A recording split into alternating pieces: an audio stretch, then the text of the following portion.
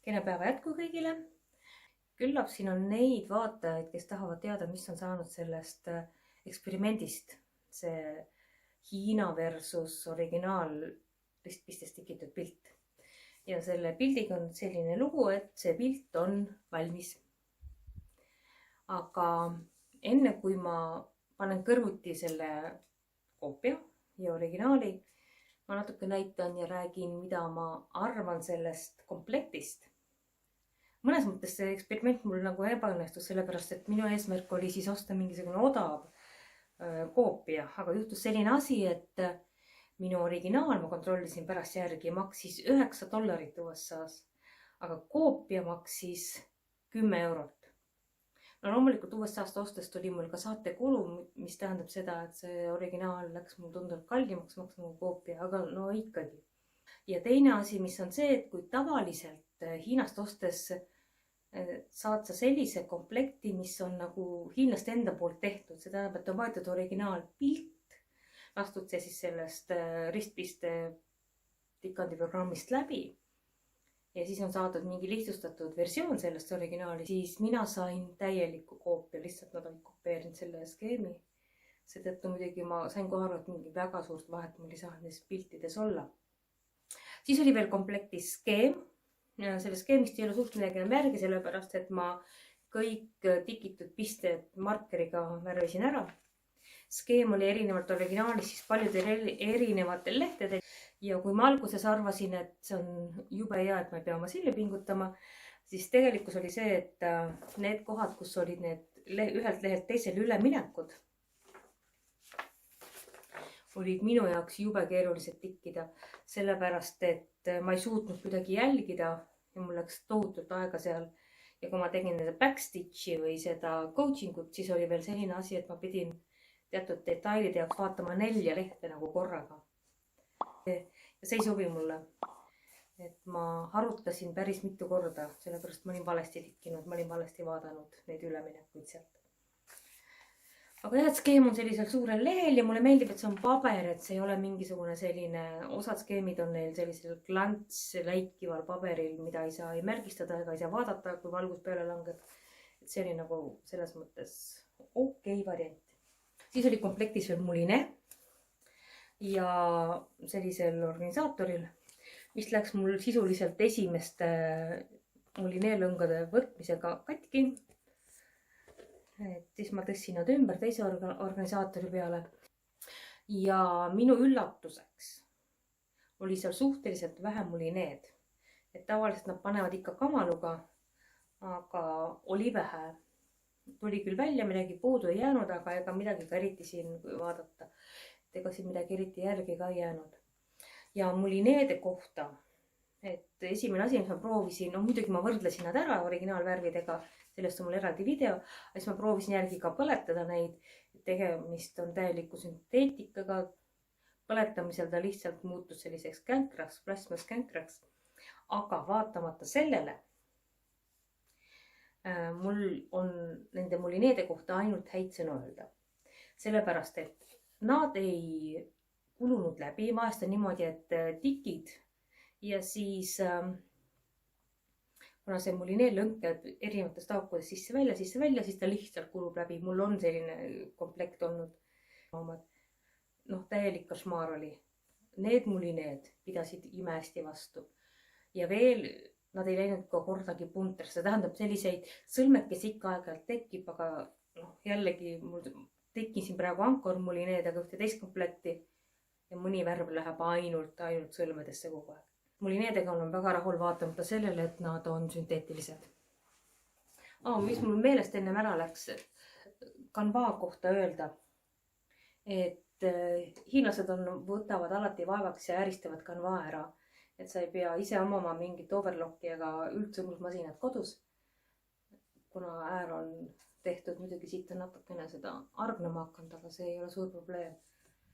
Et kallitel komplektidel seda luksust üldiselt ei ole. Aga võt selle Hiina komplektil on. Ja tikkimine läks mul iseenesest kiiresti sellepärast, et ma olen ükskord sama skeemi juba läbi tikkinud. et mingeid küsimusi ei tekkinud. Mida ma püüdsin nagu vältida, on see, et kuna Dimensionsi skeemidel üldse on hästi palju poolristpistet, siin on see terve taust poolristpistega, siis poolristpiste alati kisub pärast terve selle kanvaa niimoodi viltu. Ja siis ma proovisin seda lahendada nii, et ma ei tea, kas siin on näha, et ma ei tee mitte ainult edasi-tagasi neid poolristpisteid, vaid vahepeal ka ülevalt alla, et natukene nagu seda hajutada, seda viltu kiskumist. Aga see muidugi täielikult ei õnnestunud, et ka peale pesemist ja triikimist, kui mul pestud triigitud, siis ta ikka kisub kiiva. Praegu on muidugi raami peal pingutatud, aga jah, see probleem on ja ma ei julgenud siin ka teha. Siin tuleb nüüd see küsimus jälle molineelõngade kohta, et ma ütlesin, et ei olnud väga palju seal komplektis kaasas. Ja see tähendab seda, et ma ei julgenud teha siia poolristpiste asemel gobelänpistet. Gobelänpiste ei kisu nii palju seda kanvaat pärast viltu, aga sinna läheb tunduvalt rohkem molineelõnga. Ja kuna ma vaatasin kohe silma järgi, et selles komplektis ei ole väga priisata sellega, siis ma tegin nii nagu ette nähtud poolristpistes. Ja ma panen siis kõrvuti need 2 pilti teile. Ma panin siia kõrvuti nüüd mõlemad pildid. Siin on originaal. Originaal on mul raamitud ja klaasi all, aga see klaasi ma ei saa ära võtta ja see on siis Hiina koopia.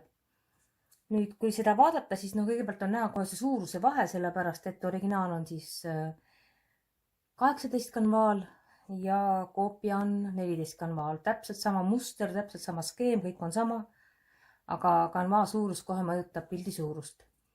Nüüd, kui vaadata värve, et mul on selle kohta ka eraldi video tehtud, et molineelõngad ei vastanud täpselt 100%-liselt ja sellepärast on näha ka see, et see koopia kass on natukene rohelisem ja originaal on natukene hallimate toonidega. Ja samuti on need värvitoonide üleminekud originaalil sellised pehmemad ja sujuvamad, aga siin on üpris tugevad need kontrastsed, need üleminekud. Ja seda sellepärast, et kõik molineelõngad olid natukene erksamad sellel Hiina variandil. Ja mul muidugi see vahe ka, et kuna see on väiksem pilt, siis need karvakesed ja vurrukesed on ju ühekordse molineelõngaga mõlemal puhul tehtud, et siin originaalil paistavad nad nagu tugevamini silma, siin nad nagu kaavad natukene rohkem ära. Võib-olla see video väga hästi seda ei näita, aga kui see pilt niimoodi eemale kaugele panna, siis loomulikult on see vahe näha. Ja ka see, et originaali kanvaa oli siis selline natukene kollakama tooniga ja see kanvaa tahes-tahtmata, ükskõik kui tihe see piste on, ta natukene kumab sealt läbi. Ja sellepärast, kuna see Hiina koopia on valge kanvaa peal, täiesti lumivalge, siis see kass ja kogu see pilt on natukene heledam. Et siin monitori peal võib-olla ei ole nii väga see aru saada, aga kui ma panen need tööd kõrvuti ja lähen paar meetrit eemale, siis on nagu see vahe nagu väga selgelt aru saada. Et vaatamata sellele, et on täpselt sama skeem, kõik on täpselt sama, siis tulemused on ikkagi natuke erinevad. Ja selline asi ka loomulikult, et kui vaadata siin seda tausta, siis siin on taust ikkagi kaetud, aga siin 2 molineelõngaga tehes, see valge põhi paistab loomulikult läbi, ta ei kata teda täielikult ära. Tekk on siin tunduvalt tumedamate pruunide laikude või mustriga, see on muster mingisugune seal. Mulle tundub, et need lillad ja sinised toonid, mis siin teki all osas on, et need on nagu enam-vähem samasugune. Jällegi, see pilt on tunduvalt erksam. See on mahedam. Kumb mulle rohkem meeldib, ma pean ütlema, et mulle meeldib originaal ikkagi rohkem. Eriti nagu päris niimoodi elus, aga ma olen ka selle koopiaga ülirahul, absoluutselt. Et kuigi ta paistab natuke roheline, natukene võib-olla selline laiguline, ütleme nii, siis kui ma näiteks lähen kaugele eemale, siis need värvid niimoodi sulanduvad üksteise sisse ja tegelikult on pilt ilus. Et kui ma ei oleks originaali näinud, siis ma ei oskaks mitte midagi halba nagu öelda selle kohta. Eksperimendi kokkuvõtteks siis, et kas ma ostan veel kunagi koopiat. Ma ütlen ausalt, mina ei osta seda mitmel eri põhjusel. Et üks põhjus on see, et tehes ise käsitööd ja müües seda, disainides asju, siis ma tean, kui kehv see on, kui keegi varastab sinu üks-ühele mingi sinu idee ära. Ja ma sellepärast lihtsalt ei osta. Samas jällegi on see julgustus sellele, kellel ei ole piisavalt vahendeid, et osta originaali, siis võib juhtuda, et te saate väga hea koopia Hiinast. Aga see on nagu õnneloosi küsimus rohkem. Sa võid saada väga kehva skeemi ja sa võid saada nagu minu puhul teise originaali. Aga seda kunagi ette ei tea ju. See esimene, kas see nüüd raamitud pilti ja ta on seinal, siis teisest tuleb padi. Et selle ma olen juba ära otsustanud, et see seinale enam ei lähe. Selline lugu sai siis nüüd sellega. Ehk tuleb kunagi veel mingi eksperiment. Rõõmsate jälle kohtumist.